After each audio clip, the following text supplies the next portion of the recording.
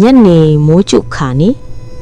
ရွာအပြင်ဘက်မှာအဟောင်းကြီးအိမ်တစ်လုံးရှိတယ်။အဲ့ဒီအိမ်ကိုလူတွေတရေအိမ်လို့ခေါ်ကြတယ်။တနေ့မှာကိုအောင်ဆိုတဲ့လူငယ်တစ်ယောက်ကတရေဆိုတာမရှိဘူးလို့ယုံကြည်ပြီးအဲ့ဒီအိမ်ထဲကိုတွားကြည့်ဖို့ဆုံးဖြတ်လိုက်တယ်။အိမ်ထဲဝင်လိုက်တာနဲ့တကားကကလစ်ဆိုပြီးအလိုလိုပိတ်သွားတယ်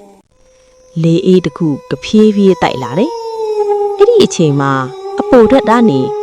တောက်တောက်ဆိုလေခြေတံတွေကြားလာတယ်